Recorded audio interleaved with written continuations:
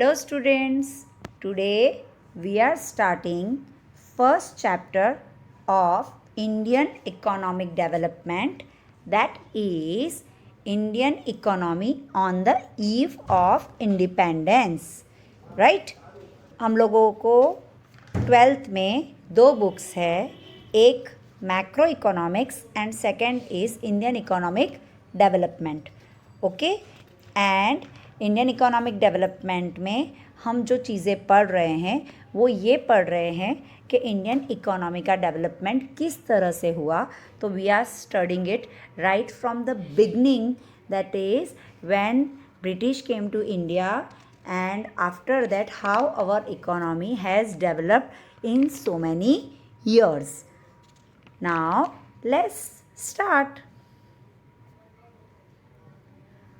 Objective. What is the objective of this chapter? Right? पहले तो ये सुनो that सबसे पहले बैटल ऑफ प्लासी हुआ था, जिसके बाद हमारी कंट्री की डेस्टिनी पूरी चेंज हो गई. बैटल ऑफ प्लासी कब हुआ था? 1757 में.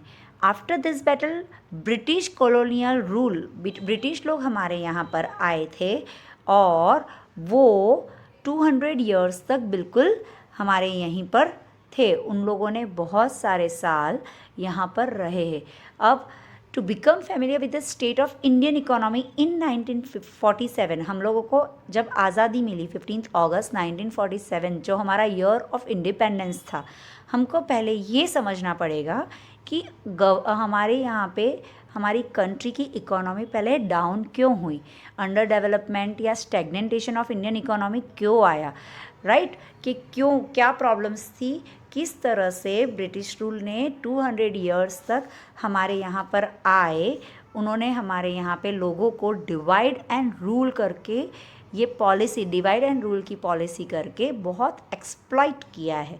तो ब्रिटिश रूल के बारे में समझना है और ये समझना है कि 1947 में जब इंडिया को अपना पावर बैक मिला है तो उस तरह से हमारी इकोनॉमी को कैसे कैसे उसमें चेंजेस आए, हमने क्या क्या एडवांटेजेस किए. तो we have to understand the factors that led to the under development. Under development यानी हमारी कंट्री का इकोनॉमी क्यों इतना अंडर डेवलप रहा, right, and why it was backward. Which topics we are going to cover here? First, low level of economic development under the colonial rule. colonial rule यानी British के time पर क्या हुआ था और हमारी इकोनॉमी क्यों लो लेवल में थी, right? Next we will study agricultural sector, how the agricultural sector was hampered. जो पुरानी हमारा एग्रीकल्चर सेक्टर क्या था, ब्रिटिश ने क्या चेंजेस किया, हमको वो पढ़ना है. फिर इंडस्ट्रियल सेक्टर हम पढ़ेंगे कि इंडस्ट्रियल सेक्टर जब ब्रिटिश गवर्नमेंट आए तो उससे हमारी इंडस्ट्रीज़ में उन्होंने क्या चेंज किया. फॉरेन ट्रेड, किस तरह से यहाँ के गुड्स, इंडिया के गुड्स फॉरेन में जाते थे और किस तरह से वो लोग टैक्सेस इम्पोज करते थे. Next was demographic condition. What was the changes in the demographic conditions during the time of British rule? Occupational structure, how the occupations were developed and how they were disturbed during the British rule and how we used to do our occupations, employment and work. Next was infrastructure. What type of infrastructure was there during the British rule and after the British rule?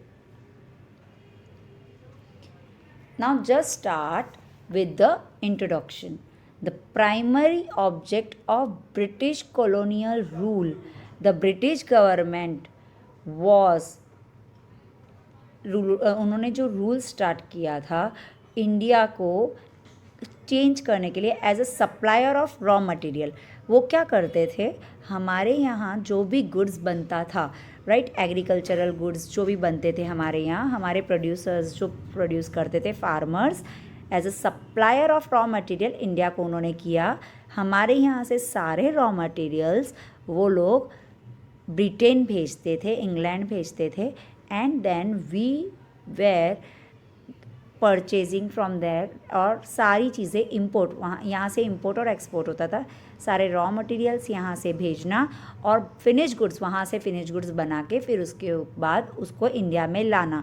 ये British rule का first, उन्होंने इस तरह से सोचा कि हम ये क्या करें कि सारा रॉ मटेरियल इंडिया से बाहर जाए और वहाँ से ब्रिटेन से फिनिश गुड्स बनकर आए। तो this was the main primary objective, primary यानी the main motive, it was the primary object of British colonial rules. Now first understand what is colonialism. Colonialism, हम ये वर्ड तो सुन रहे हैं, what does that means? It refers to a system of political and social relationship. यानी ये ऐसे system है जिसमें पॉलिटिकल रिलेशनशिप, पॉलिटिकल यानी गवर्नमेंट के जो रूल्स बन रहे हैं वो वाले रूल्स के बारे में, वो पूरा सिस्टम में दोनों कंट्रीज़ के बारे में मिलना हो रहा है। तो political system and social relationship, socially यानी हमारे कल्चरल रिलेशनशिप, हमारे ट्रेडिशंस, उन सब के बारे में बिटवीन द टू कंट्रीज़। ये किसके बीच में हो रहा है? कोई भी टू कंट्रीज़ के बीच में, of which one is the ruler and the other is it's colony. यानी एक रूलर रहेगा और दूसरा उसकी कॉलोनी रहेगी, यानी दूसरा उसकी बात मानेगी। Understood? This is colonialism.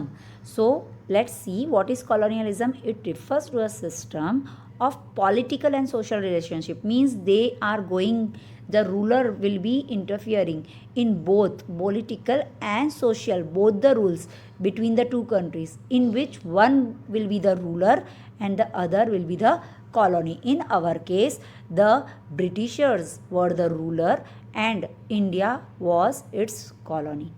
Okay, now the ruling country not only has political control over the colony, means उसका सिर्फ political control means ऐसा नहीं कि वो हेड होते थे पॉलिटिक्स में, but it also determines the economic policies, यानी वो डिसाइड करेंगे कि यहाँ की इकोनॉमिक पॉलिसीज़, गवर्नमेंट कैसे बिजनेस करेंगे, right, of the dominated country, how they will do the business. Means हमारे केस में ब्रिटिशर्स वो लोग डिसाइड करते थे कि how the economic policies of India will be there. So they have decided all the policies which were not good for our country.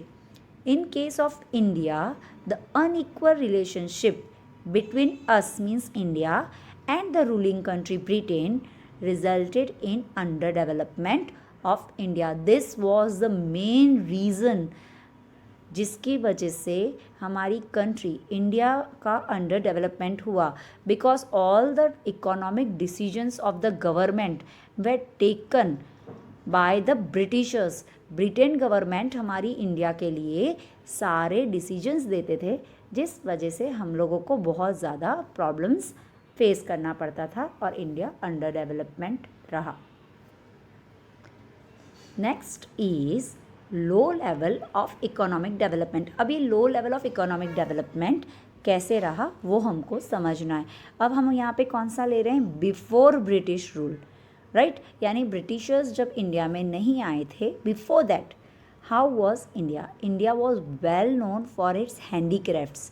Handicrafts industries यानी आपको पता है जो हाथ की चीज़ें सारी बनती थी उसमें, तो handicraft industries in the field of cotton and silk textile. हमारे यहाँ पे कॉटन और स्टिल का जो हैंडीक्राफ्ट वर्क होता था वो बहुत अच्छा होता था। Secondly metals and precious stone works etcetera, right, metal और stone work, precious stone works यानी गोल्ड, सिल्वर, डायमंड, इन सब की जो चीज़ें बनती थी। मेटल्स कौन से? राइट, ये सिल्वर, गोल्ड, ये सारे मेटल्स में आते हैं। जो प्रेशियस स्टोन्स है, डायमंड्स है, एमरल्ड्स है, ये सारी चीज़ें, तो ये सारा वर्क जो हमारे टाइम पर होता था वो बहुत अच्छा, well known, means it was having a very good business, it was having a very good market and very good demand in the market for such types of goods. These products enjoyed a worldwide market. ये market सिर्फ India में नहीं था, ये market world wide था। Based on the reputation of fine quality of materials use, means the quality, हमारी जो material की क्वालिटी होती थी वो भी बहुत अच्छी होती थी, और जो वर्क होता था वो इतना हाई स्टैंडर्ड ऑफ क्राफ्ट्समैनशिप्स, यानी जो वर्कर्स का वर्क होता था उसमें फिनिशिंग बहुत अच्छी हो रही है, right? So India was well known for its handicraft industries in the field of which field? Cotton and textile, metal and precious stone works, right? These products enjoyed a worldwide market. It was having a worldwide market based on the reputation of, उनकी reputation इतनी अच्छी थी कि India का है तो ये बहुत अच्छा और high standard of craftsmanship should be seen in all imports from India. जितनी भी इम्पोर्ट्स हो रही थी ये सब बहुत अच्छा था। ये कब की बात हो रही है?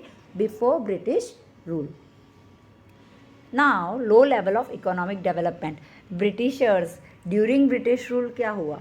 The economic policies pursued by the colonial government in India were concerned more with the protection and promotion of economic interest of their home country than with the development of Indian economy.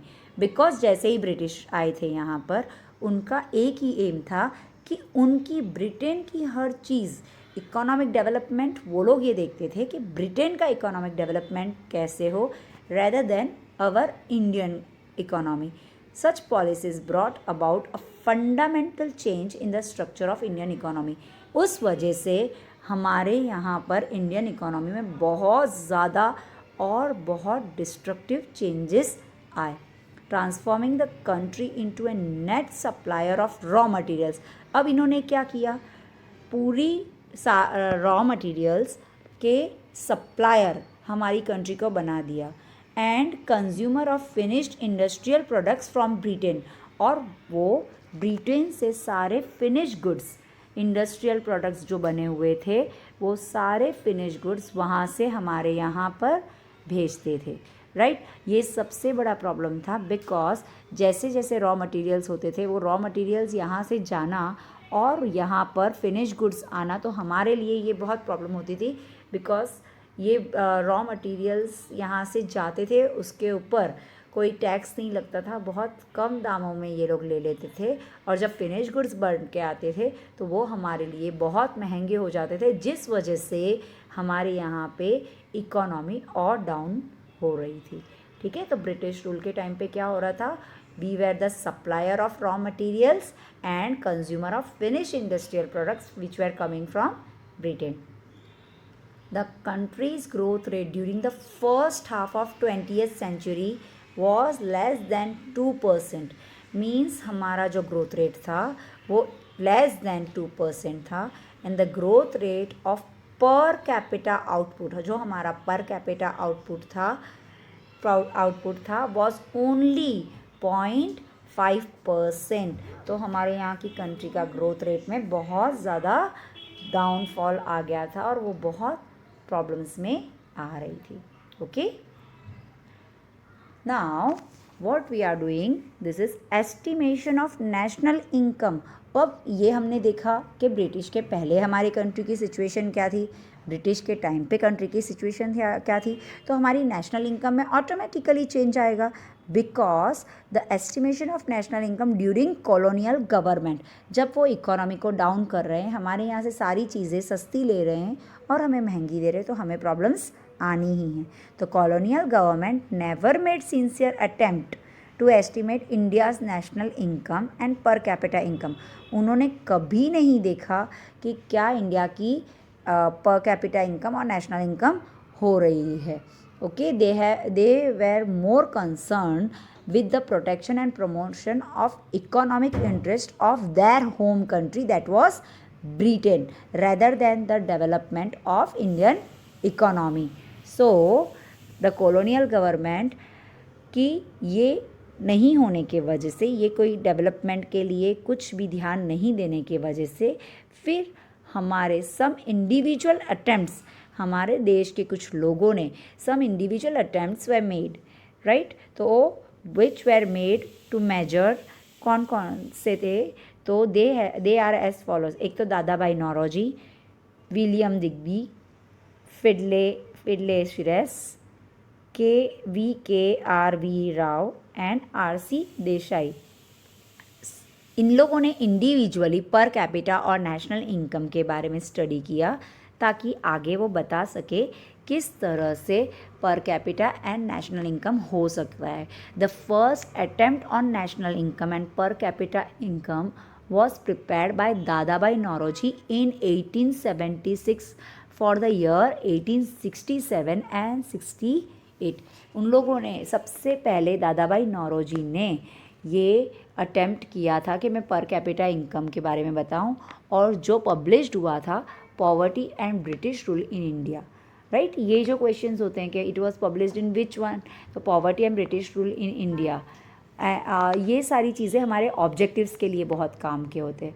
ये इन्होंने क्यों किया था? ताकि ये problems of poverty in India बता सके. और उन्होंने बताया था he estimated national income to be ₹340 crores and the per capita income to be ₹20 in 1867 and 68. And the first scientific estimate, Dadabhai Naoroji ने ये हमको पर कैपिटा इनकम के बारे में सबसे पहले बताया था.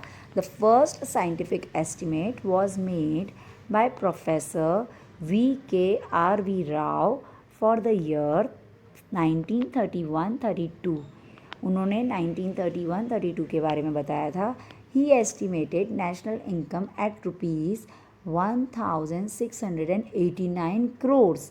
उन्होंने नेशनल इनकम बताई थी ₹1689 crores and the per capita income at ₹62.